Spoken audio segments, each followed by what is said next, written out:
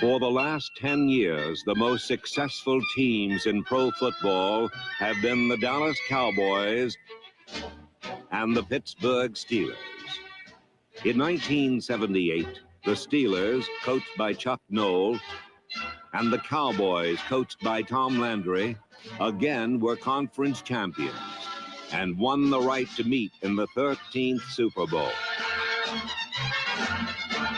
It seemed fitting that the last Super Bowl of the 1970s would match the two teams who have dominated the decade.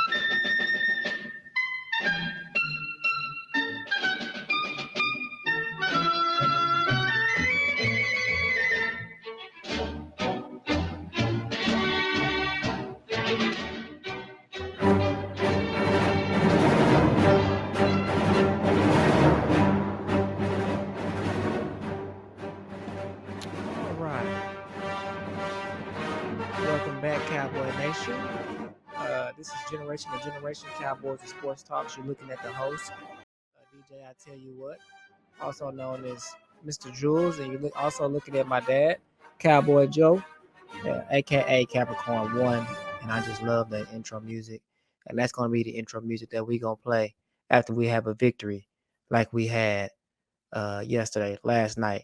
Very late game, and we got a victory. We got it done. So you want to introduce yourself and say a little bit of something, little something for the fans out there? So yeah, that was a shout out. So this is Cowboy Joe, also known as Capricorn 1. Welcome back. So that was a little homage to the Pittsburgh Steelers and Dallas Cowboys from the 1970s when the NFL became the NFL. That's from the Pittsburgh and the Dallas Cowboys Super Bowl 13, which I still think is the best one ever played. But last night the Empire struck back. Cowboys pulled it out at the end after midnight, and the Cowboys and the Steelers, they always deliver, and we saw one for the record books last night. Yeah, that was a good game, and to continue what we've been talking about as far as the rivalry games go, with McCarthy having a team ready and stuff like that. Hey, the players was into it last night. They was going back and forth. I mean, and it was a gritty game. They had their game plan. Now we said before the Steelers really aren't that good of a team, right? But nevertheless, they are good at what we're not good at, what we struggle at. And so we could have easily lost that game if we wasn't prepared. So this isn't about how bad the Steelers are. This is about us performing to expectations, which we almost did not do. But a team that has veterans on it, like our team, and a team that's led by someone like Dak that doesn't blink, you just have to give praises when it's due. It's just like I liken it to Patrick Mahomes, and you can just look at the last Super Bowl. He didn't have a great first half in the last Super Bowl. Patrick Mahomes didn't, but their defense kept them in the game, and when it came down to it, he delivered.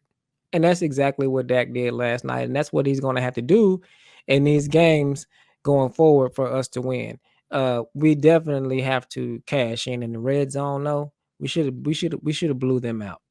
So what do you think about that? So we've been talking about one of the themes for this season is the rivalry game. So I thought every play was intense. It was a rivalry game. It was just two teams really just trying to figure each other out, trying to play smart, play efficient. But they, even though they're not a good team, you still gotta understand. You playing against the Steelers in their stadium with their fans, a terrible towel. Um, Shout out to Jeanette Berry and her team, good friend of ours. She runs a OCC charity organization in Dallas. So they were at the game, her and her Cowboy fan club. They were really there for the whole day and most of the night, and said they had a blast. And when you go on a trip like that and you come home with a win, that's major. But yeah, it was a rivalry game, and those are the ones that you really enjoy, you really appreciate, and when you come out with a win, it's major. So, but I thought the defense, as you said, they kept us in the game. They didn't fold. Dak had three huge turnovers, but hopefully we're building a team like Kansas City that when your quarterback is not uh, having a career night, if he has a couple of turnovers, then you don't fold. So that was just critical for us to hang in there. Linville Joseph played big. The linebackers, Overshawn, Kendricks, Leofold, they played big. And then um, Carl Lawson and what's the other guy's name I was asking you about earlier? Tyrus Wheat. Tyrus Wheat. I mean, they showed up and showed out. I mean, they played really well for just being thrown into the lineup. So I think you just kind of saw what we can be defensively. I kept saying that Mike Zimmer is not a Mike Nolan, and he's going to eventually settle this defense down. They're going to play solid, sound football. Now they're going to be perfect. They don't have the talent for that, especially not right now. But if they can just play sound defense, then we'll have a chance, as Brad Sham says, to win. There's a way to win all of these games, and defensively, the formula is just don't fold and just get some key stops, and then give the offense the ball, because eventually Dak is gonna make some plays, and that's what he did last night. Yeah, eventually Dak is going to make some plays, and that's just the type of quarterback that he is. He's not perfect, and he definitely makes some bonehead decisions sometimes. But for the most part, he always uh he always plays himself into rhythm if he gets out of rhythm and if he's allowed to, you know, like a lot of these games that you can all that we lose, these games that we lose, we might get blew out in the game, but the game doesn't seem like that. But by the end of the game, the score doesn't seem like that. It's because Dak not 9 times out of 10 plays himself back into the game. The ending score might be one touchdown, and we might lose by one touchdown, even though we were down by 4 or 5 touchdowns the whole game. But that's just because Dak plays itself back into rhythm. And so, um, the game plan yesterday worked well, and I'm liking the fact that, like you said, Mike Zimmer. We're not worried about Mike Zimmer. He's going to get it together. But the fact that they had Micah out, and the fact that uh, Nealon got hurt during the game, and the fact that Tank was out, those other guys stepped up, and it really, to me, the game looked more simple for them. It's like they knew what they had to do. They knew what the game plan was. Everybody knew their assignment. It wasn't so many bells and whistles that they were just out of place, and it was nobody running wide open. None of that. It was it was a complete game on both sides of the ball. I mean, and then we keep there's another reoccurring theme that we keep seeing with the Cowboys, and it is what it is. We always see that they tend to, from my in my opinion, they don't play the players that they need to play when they need to play them, but sooner or later they end up seeing the field, and it's because of it could be because of injury, it could be because of anything. We wouldn't even know who Michael Parsons was if it wasn't because of Randy Gregory. Uh, not signing back. He would have been we would know who he is, but we wouldn't know how dynamic of a pass rusher he is because he would have been playing linebacker this whole time. So things like that, like Dak, for instance. We wouldn't even know who Dak was unless Tony Romo didn't get hurt and Kellen Moore didn't break his arm. Dak was that far down on the depth chart, but he was forced to play, and then he turned out to be who he is. And the same thing that happened last night with Tyler Guyton. Tyler Guyton has been struggling all year. Seems like he's been having his rookie moments for sure. He has a lot of holding penalties. He makes a lot of offsides penalties, things like that. And last night, he got hurt. He got banged up. They had to move um, Tyler Smith out to tackle. Now we know that he's a decent tackle, but he's an all-pro left guard.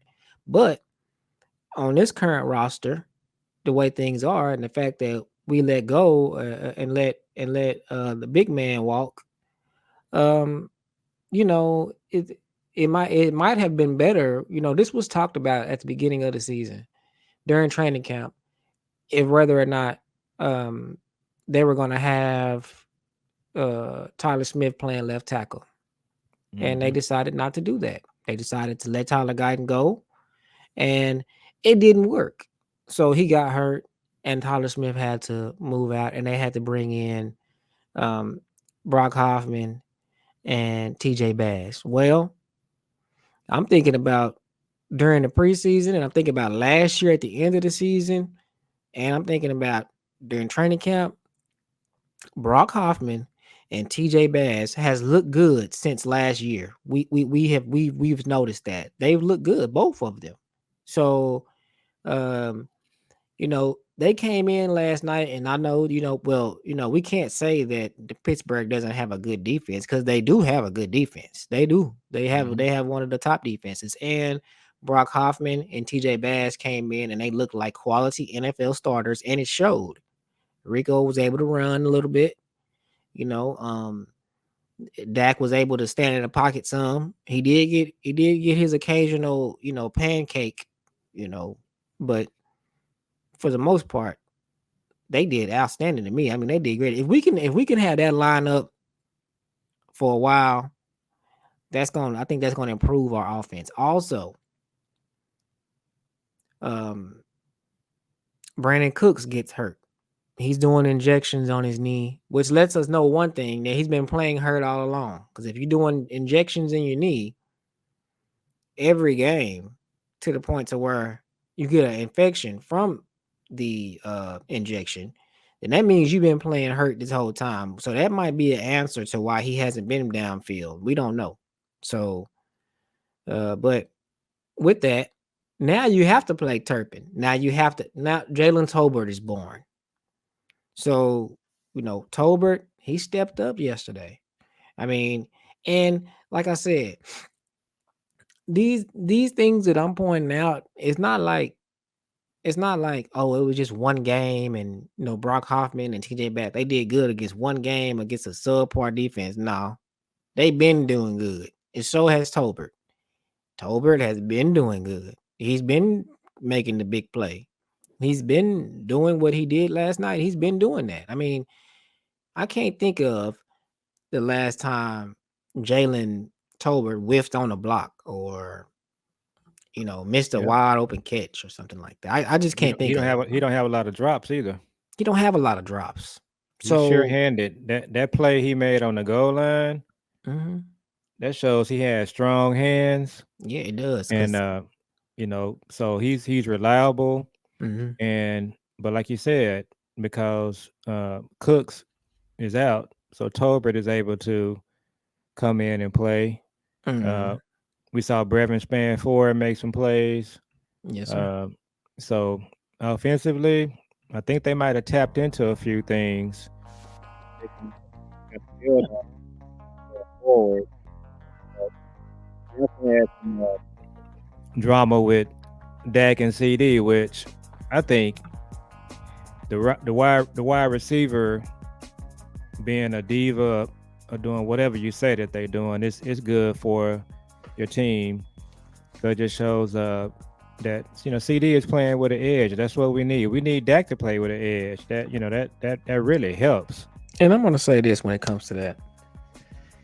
Oh man, people just make something out of nothing. I was taking little man to school this morning, and I said, man, as soon as I cut the car on, I said, now the first thing that I'm gonna listen to, the first thing that they gonna say when I turn the radio on is, we got a problem with CD. That's the first thing they gonna say. And sure enough, the first thing I listened to, Sean and RJ, shout out to the fan.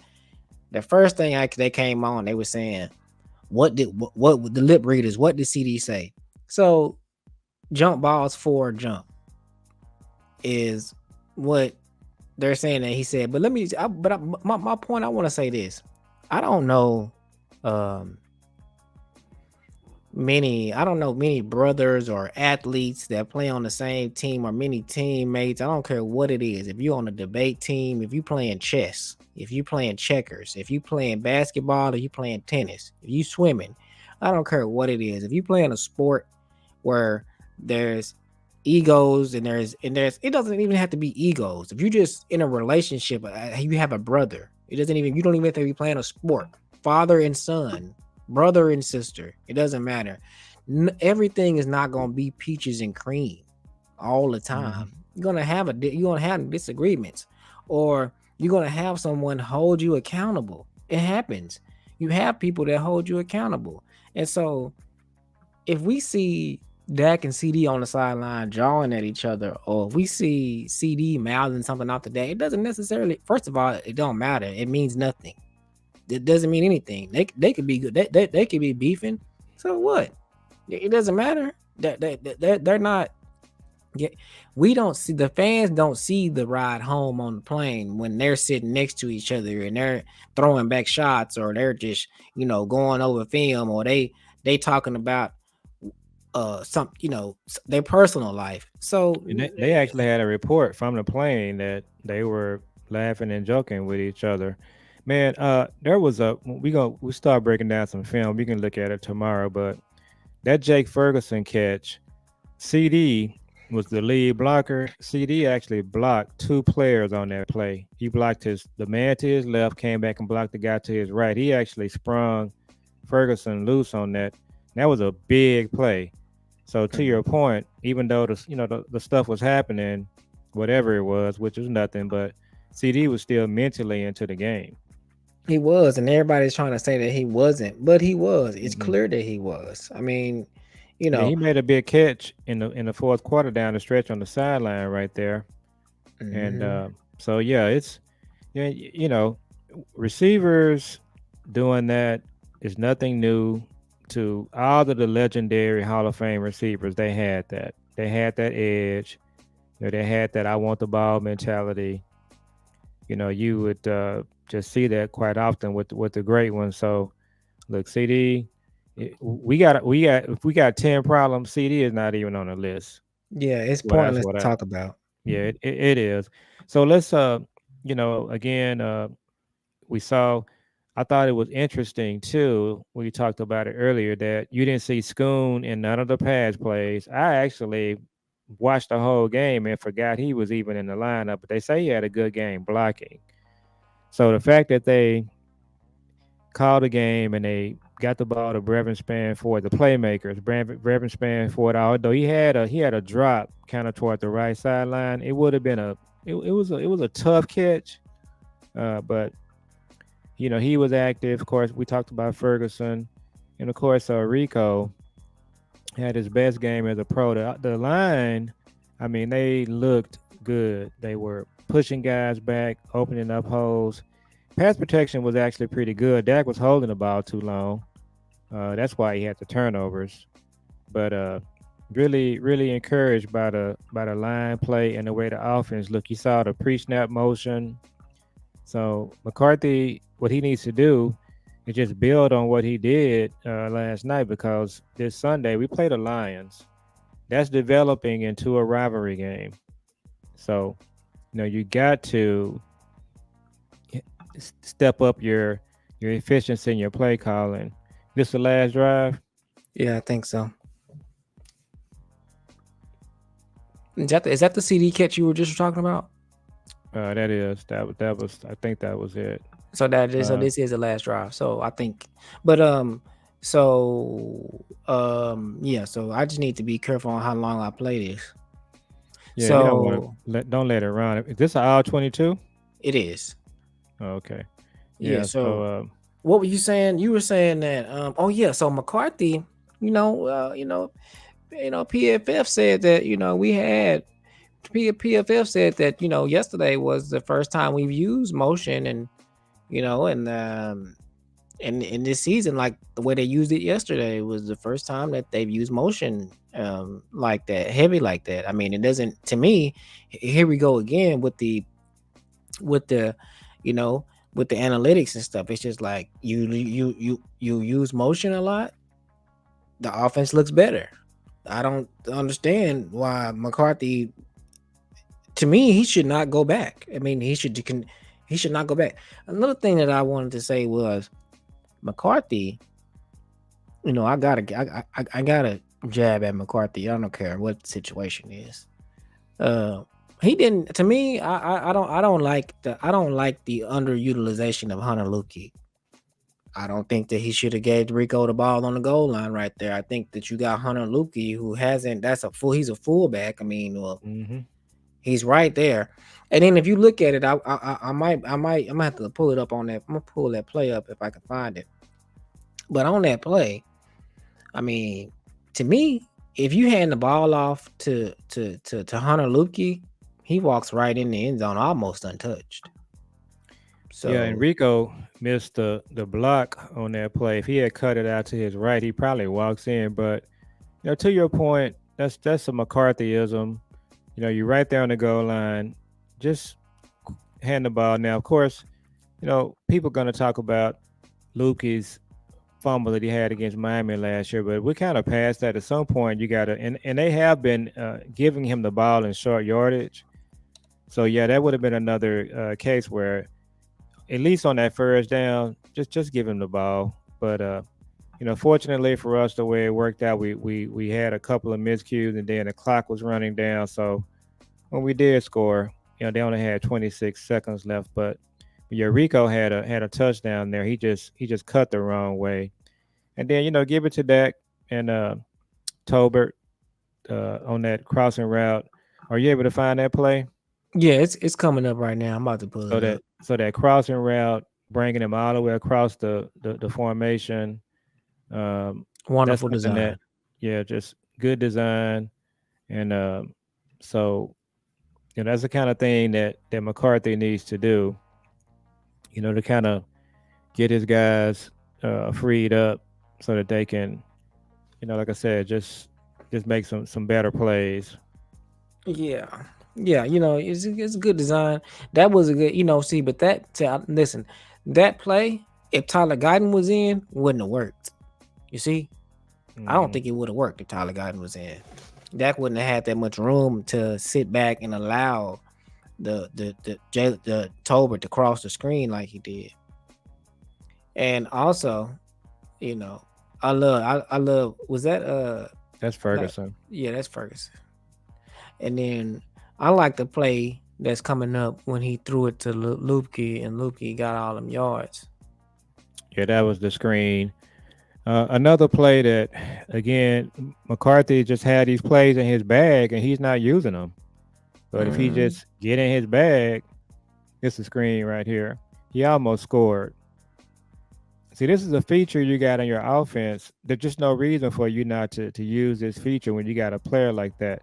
So Lupke, getting about a Turpin, these are things you have in your bag, but offensively, for whatever reason, you just don't want to go You to know, these plays. I want everybody to look at. I don't know who that is. I don't know if it's Brock Hoffman or T.J. Bass, but look at T.J. Bass and Brock Hoffman on this play. Look at them. They are the reason that play was successful. I'll rewind it again. And I think that big block you saw, I think that was Martin, wasn't it? I mean, I don't let's know who see. it was. Let's see. It might be Bass or Well, I'm just looking at they that way was either down there. BB. Yeah. Yeah, so this is how you can see it. So on the right side of the screen. No, yeah, that's T.J. Bass and Brock That's Hoffman. BB up top. Yeah. Okay. So yeah, so they We can get that kind of play out of the line right there. Look at another thing. Let's just look at the line. The line is just the line. They look like you said. They look like a. I thought Dak was gonna score right there. Well, a lot of people was concerned that the ball might go through the end zone out of bounds too. So, Yeah. but Look, yeah, like that motion play right there. Like that motion, we ain't seen that. mm-hmm. We ain't seen that. And then when we have seen it, we see it one time and we know that he's just there. Now this the Rico play. Just look to your right. If he just cuts out to the right, it's just wide open. And then look at Lupke. Look at Lupke. Imagine if he had the ball. He had the ball, he just goes in the end zone. Yeah. And the So linebackers can kind of see who had the ball. This is a final play. Yeah.